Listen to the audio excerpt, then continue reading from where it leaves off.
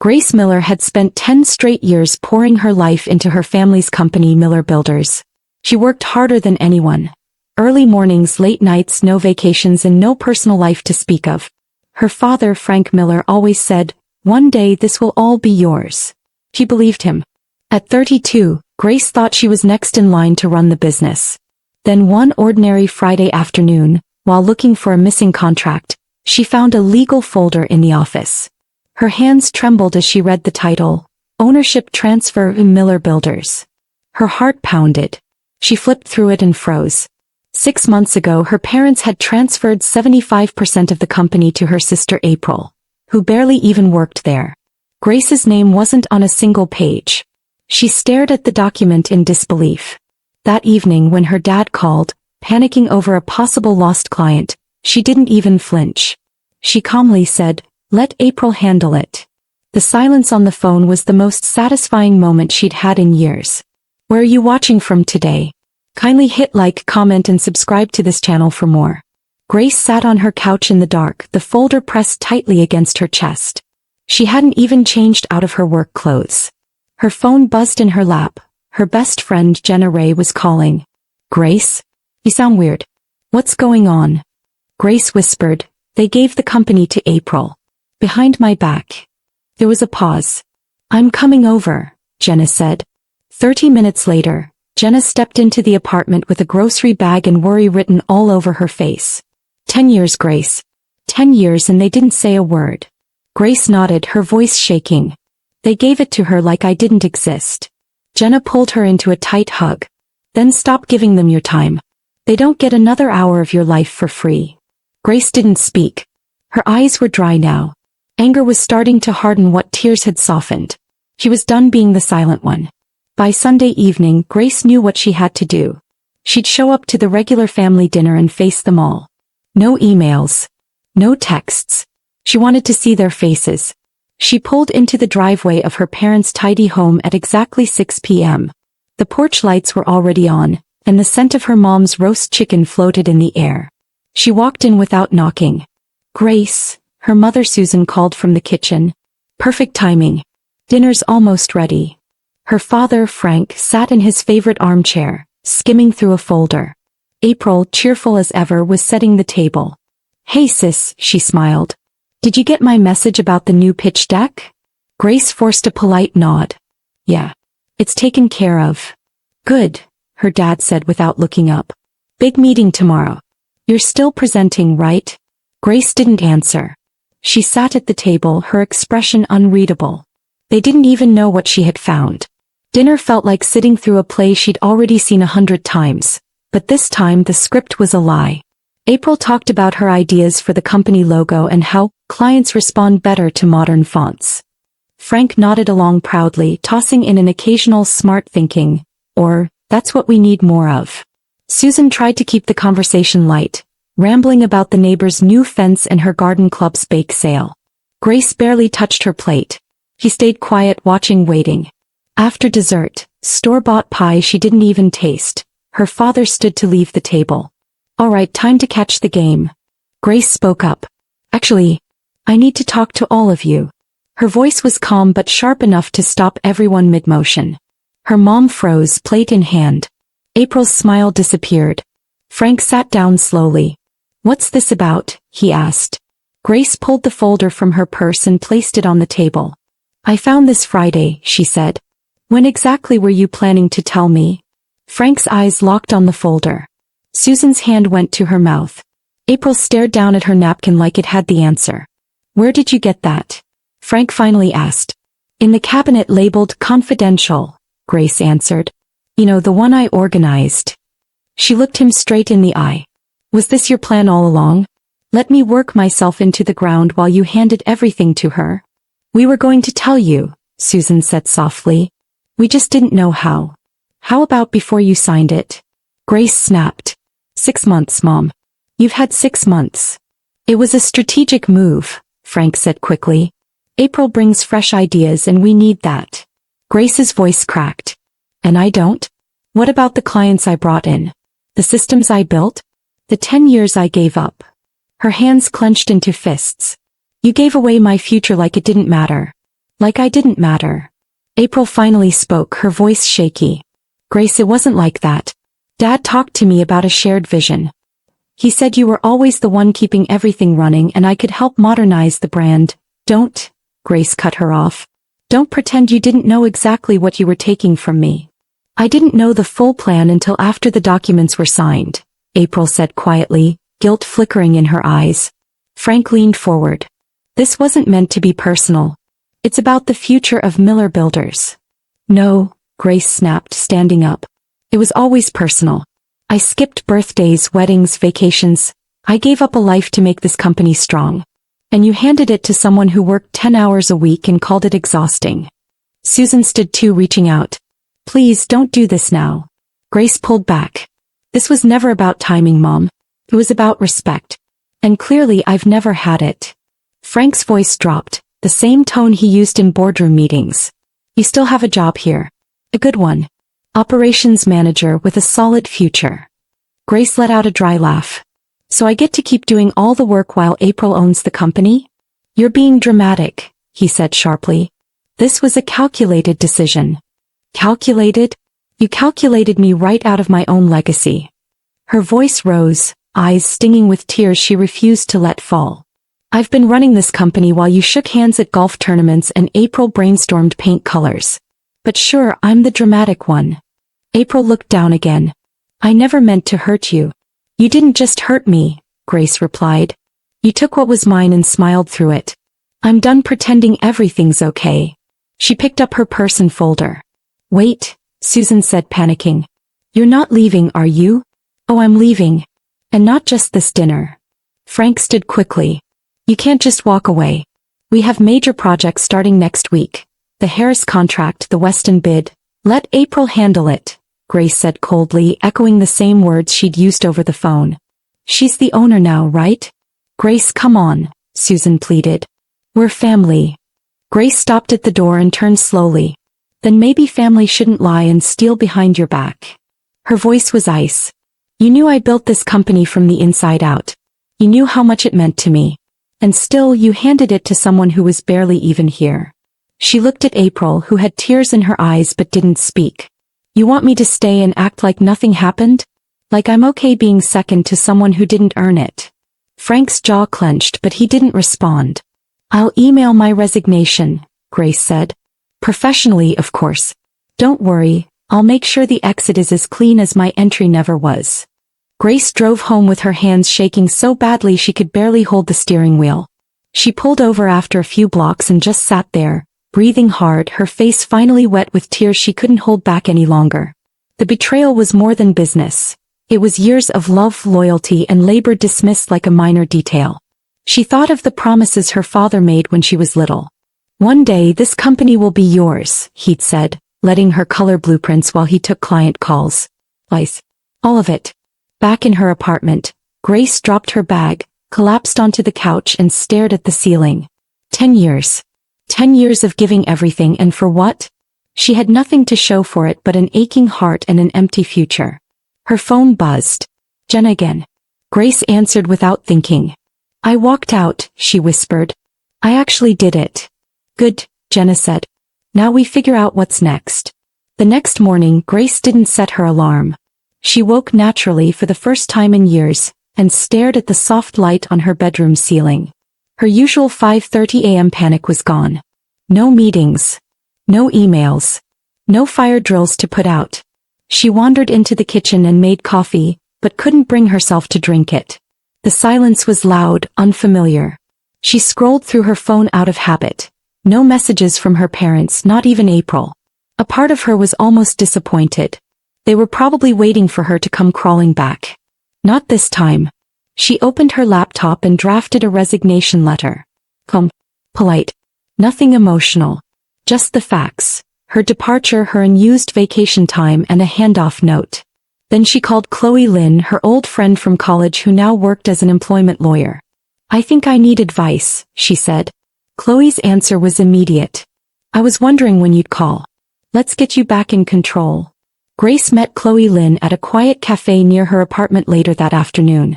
The place was mostly empty, just the hum of soft music and the scent of strong coffee. Chloe arrived in a gray blazer and jeans, holding a legal pad and wearing that, business look Grace remembered from their college debate team. "Tell me everything," Chloe said. Grace laid it all out. The years of work, the ownership documents, the confrontation. Chloe listened carefully, nodding. "Morally, it's a disaster," she said. "Legally, they didn't break any laws. But that doesn't mean you don't have power." Grace frowned. "I don't own anything. What power do I have?" Chloe leaned forward. "Grace, you are the system. You built it.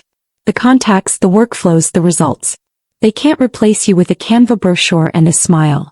Grace sat back slowly. It was the first time someone had said it out loud. "So, what now?" she asked. Chloe smiled. "Now you make them miss you." Grace took Chloe's advice seriously. She spent the next few days documenting everything. Projects she led, deals she negotiated, systems she built. She didn't take anything confidential. Just facts, timelines, achievements. Every folder, every project report she had saved on her personal hard drive was listed and organized. She sent in her resignation formally, attached with a simple message. "Effective immediately, I will be using my 6 weeks of accumulated vacation before concluding my time with Miller Builders. Please direct all future communication to April Miller." She set an out-of-office email. She turned off her work phone and locked it in a drawer. For the first time in 10 years, her hours belonged to her. And yet, every time her personal phone buzzed, her heart jumped, half expecting someone from the office to beg her to return. But the silence was loud.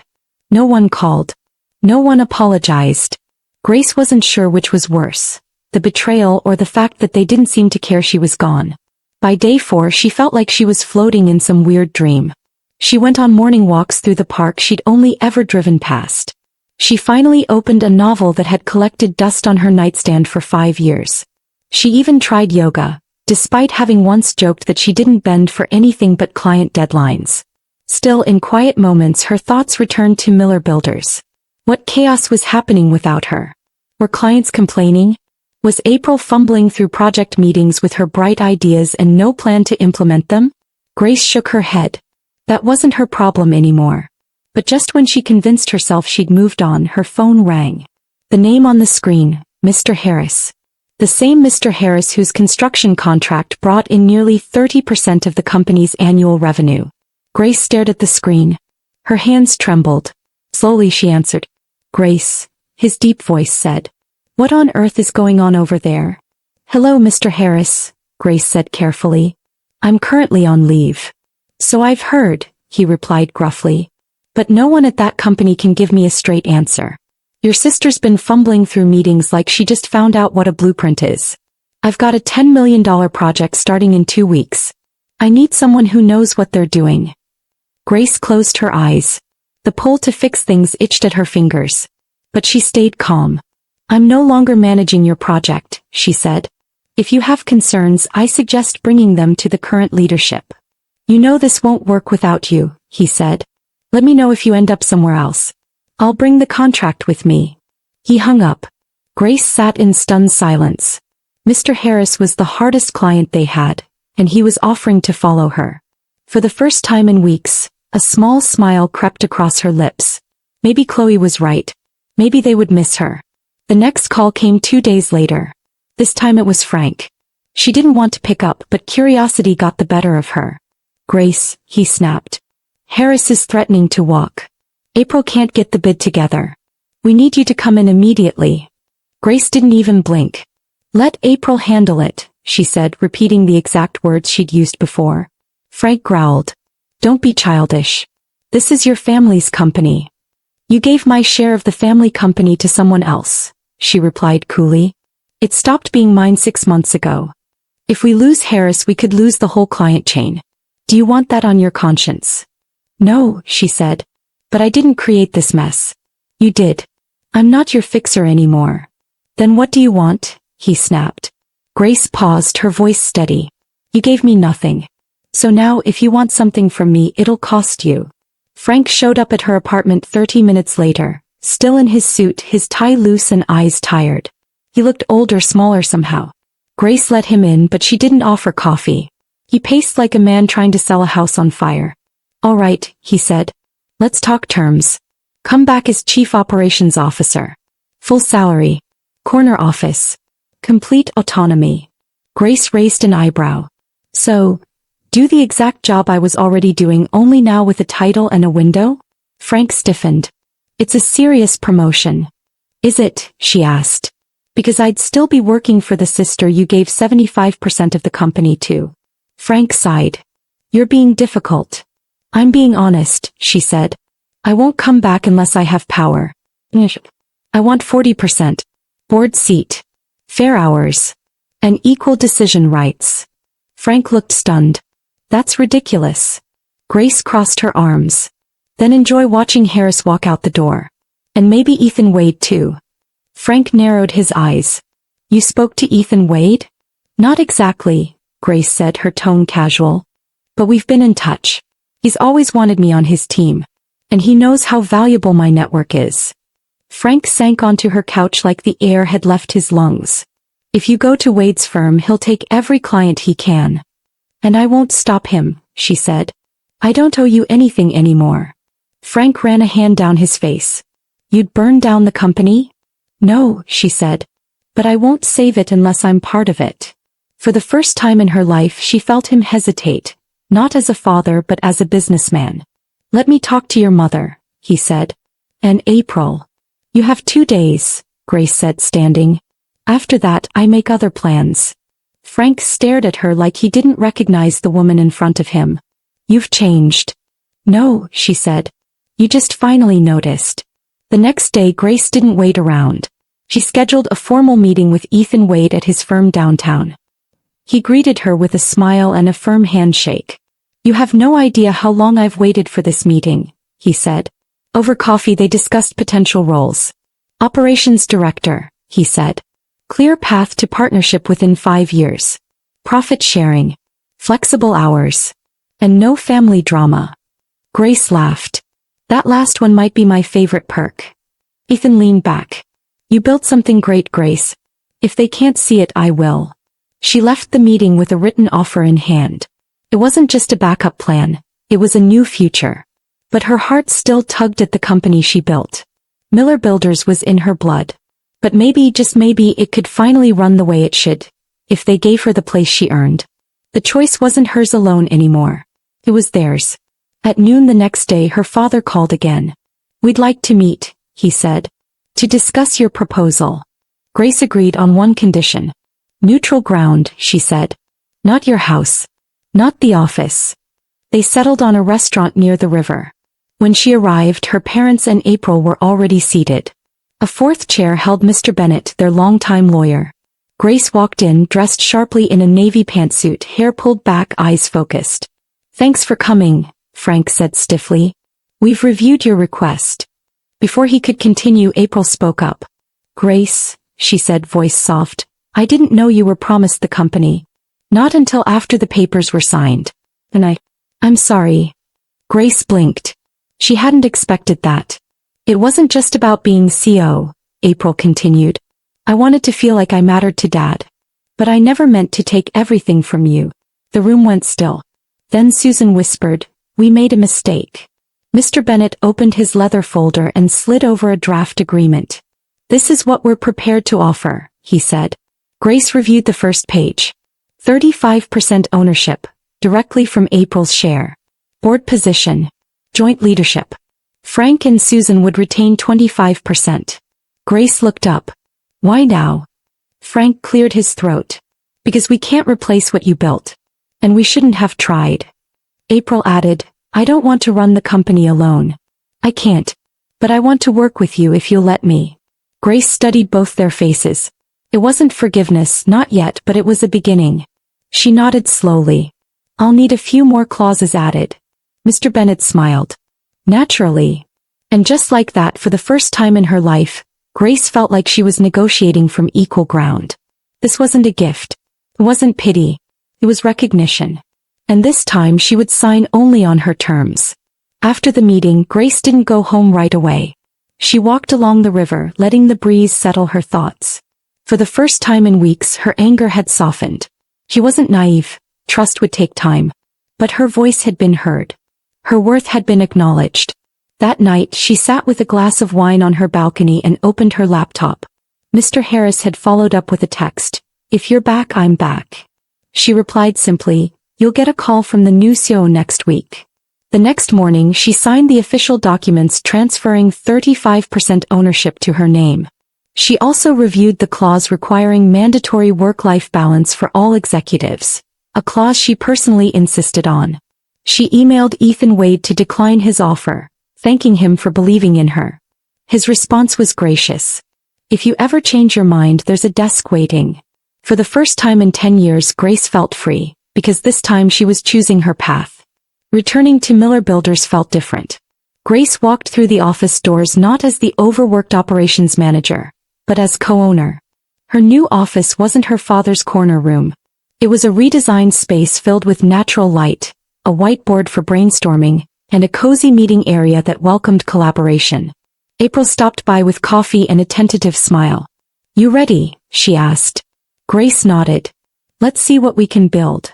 Their morning meeting was the most productive in years. April had creative ideas that Grace now had the tools to refine. It wasn't perfect, they still stepped on each other's toes sometimes, but it was real teamwork. The staff seemed relieved too. With a clearer leadership structure and defined boundaries, projects moved faster, people smiled more, and no one was pulling 80-hour weeks anymore.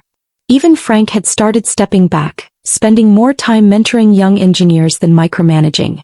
The company culture was shifting, finally, for the better. At the end of the first week back, Grace left the office at exactly 5:30 p.m. She had dinner plans with herself. She cooked, played music, and read a book with her phone on silent. That Sunday, her mother called and invited her to dinner. "It's just family. No business talk." "I promise," Susan said. Grace hesitated but agreed. When she arrived, April opened the door. The dinner table felt less tense than before. Frank was quieter and Susan fussed with the napkins too much, but the evening passed peacefully. After dessert, Frank approached her in the kitchen. "I was wrong," he said simply. "You didn't just work hard. You were the heart of this place. And I should have seen it sooner." Grace looked at him, emotions rising. "It's going to take time," she replied.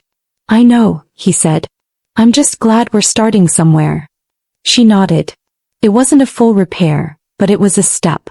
In the following weeks, Miller Builders began landing new contracts. Word spread that Grace Miller was back and clients responded. April's creative campaigns brought fresh interest, while Grace's solid execution kept things moving. They even landed a bid with a firm that had rejected them the year before. During one late afternoon break, April popped her head into Grace's office. "Guess what? Harris just confirmed a referral to the Rockwell Group." Grace smiled. "He said he'd trust me. I guess he meant it." "You deserve it," April said. She lingered for a moment. "Can I say something else?" Grace nodded. "Dad always compared me to you. I never felt good enough. When he offered me the company, I thought maybe I was finally being seen." Grace swallowed hard. "Funny. I always thought you were the favorite." They both laughed, softly, painfully. "Maybe we were both wrong," Grace said. "And maybe now we can just be partners." They decided to co-host a staff lunch on a Friday afternoon, something that had never been done before. Grace stood beside April as they welcomed everyone and laid out the company's new direction. "We're not the same Miller Builders," Grace told the team. "We're stronger, more balanced, and more human." April added, "That means no more all-nighters unless you want one. And even then, please don't." The room erupted in laughter. Helen, the longtime office manager, approached Grace afterward. "I've seen this place under 3 leaders," she said. "But this is the first time it feels complete." Grace blinked back tears.